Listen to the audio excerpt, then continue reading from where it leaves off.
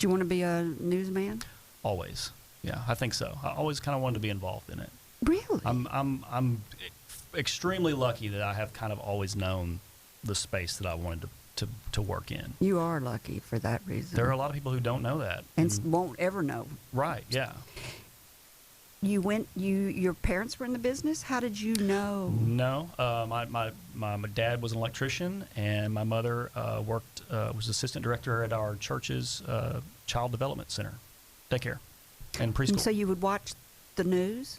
I did, yeah. I watched the news and read the papers, and back when there were 2 papers, and I'd be in my room and I'd type up little weather reports, and I'd stand in front of my closet door in front of a map and give the weather and do all that kind of stuff. And then later on, my sister and I would, with the tape recorder, we'd make our own little radio shows and all that business. And I was always just kind of playing around that, and drawing and writing.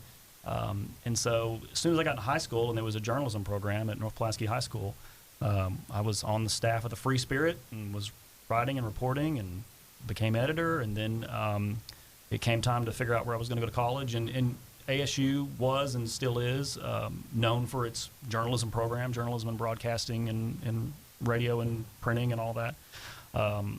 And went there and took the tour and just fell in love, walked into that College of Communications and just like, this is it, man. This is where I want to be. And so, did that. Did you think you'd be in front of the camera or behind the camera writing? At first I didn't know, and the way those programs were structured back then, and it's changed now as it should, you kind of had to pick your path. You had to go print journalism or you had to go broadcast journalism, and never the twain really met. You kind of choose one or the other. And I went ahead and picked print because I just sort of, I loved writing, I loved reporting.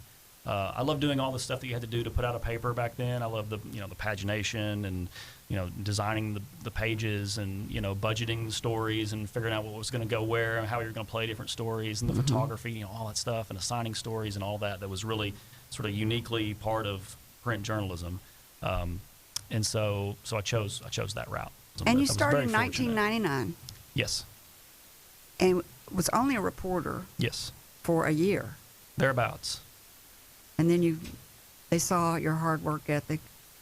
I think so, yeah. And they offered you a new position that had never existed? That's right. Because it was the beginning of... It was the beginning of the web, really.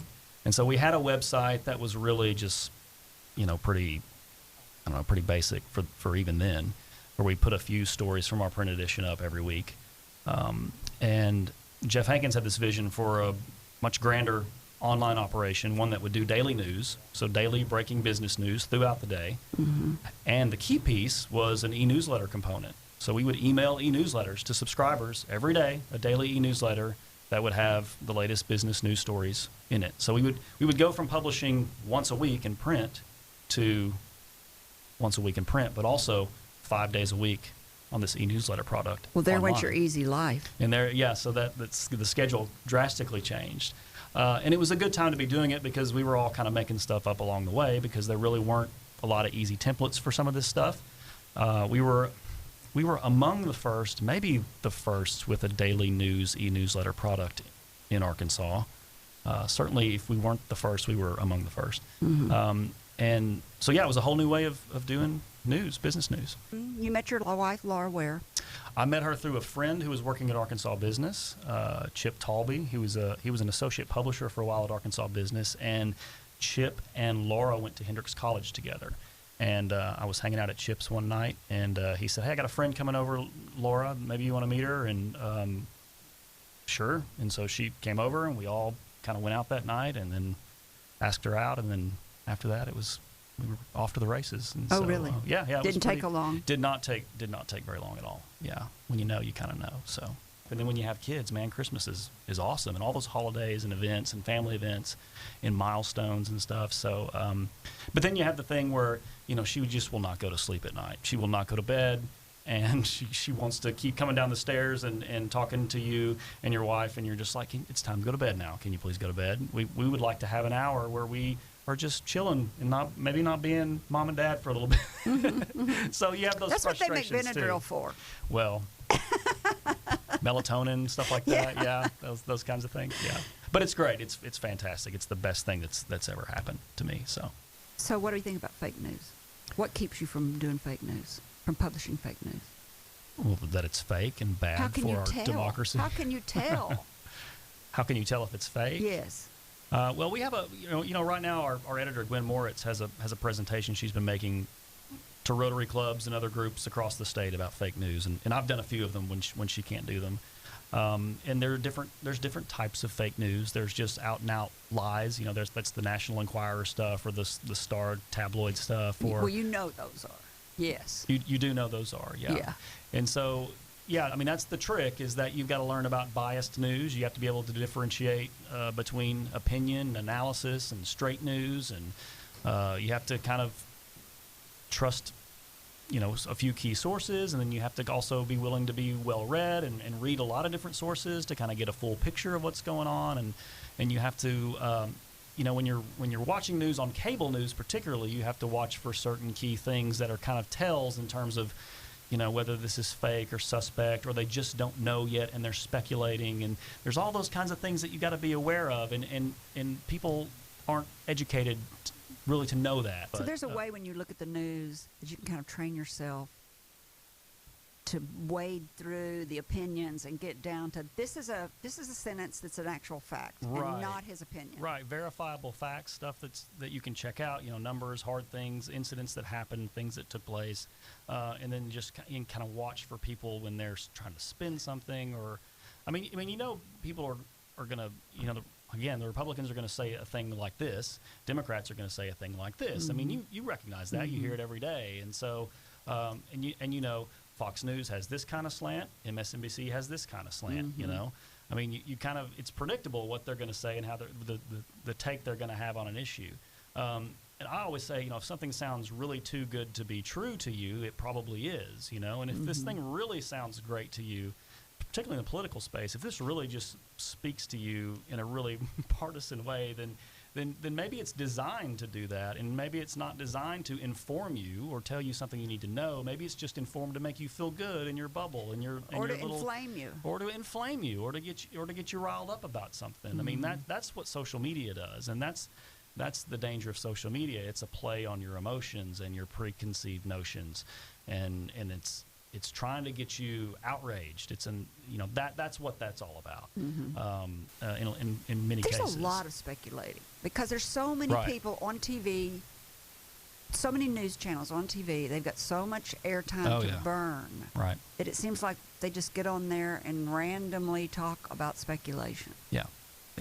I don't have cable TV in my home, and I would encourage that for most people to not really not just it's why is it necessary? We don't. I think on balance it's more bad than good. I mean, I just do you have straight TV 4/7/11? I do. Yeah, we have we have an antenna. Is because we're those people who've cut the cable, cut the cord or whatever. Mm-hmm. So I keep the networks, and so I watch my local news, obviously, and I'll dip into some national news. A lot of that's just it's on at a time of the day when I'm dealing with my daughter and my family and stuff, so I don't get to see it a lot. But. So if you want to record a show that comes on 4, 7, or 11, mm-hmm. and you don't have the DVR option on your cable, mm-hmm. what do you do?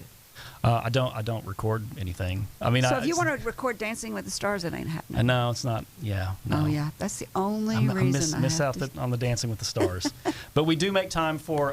We're making a lot of time these days for the American Ninja Warrior. We're big Ninja Warrior people. It's fun. My daughter loves it. My grandkids love it. We watch it all the time. Yeah, so it's appointment television. I mean, it's just like it used to be. I mean, if you want to watch a show, then be there when the show is on and watch the show. And if you missed it, well, they'll show it again eventually, right? What do you think about your industry as a whole? In terms of where it's going? Well, that's the question, right? I mean, look at the Arkansas Democrat Gazette. They've gone. Yeah, they're fantastic? Going digital. I think it's great. We got our iPad. We got our office iPad today, in fact, for our office subscription. They're planning on having it all done by November. Yeah, cut the cord by November. It's a bizarre feeling that. So for our listeners that don't know what we're talking about, our main newspaper here in really Arkansas, all of Arkansas, the Arkansas Democrat Gazette. Do you think they're a competitor of yours? They can be, yeah. They have Walter Hussman, the owner, has decided to provide $11 million in iPads to all the subscribers in the state of Arkansas. I think that's the photo of the year, was Walter Hussman standing in the warehouse with all the iPads in boxes behind him. I think that was fantastic. That was a great image. And he's making a commitment to taking the paper digital. The only print you're going to get is on Sundays. Yeah. At first I thought, how am I going to share the paper with my husband? Mm-hmm. And then I thought, well, I have lots of iPads and stuff in the house. Mm-hmm. They tested it in Blytheville, and I read in the paper that they expect 30% of people to drop off. It's going to be interesting, and watching those renewals will be interesting too.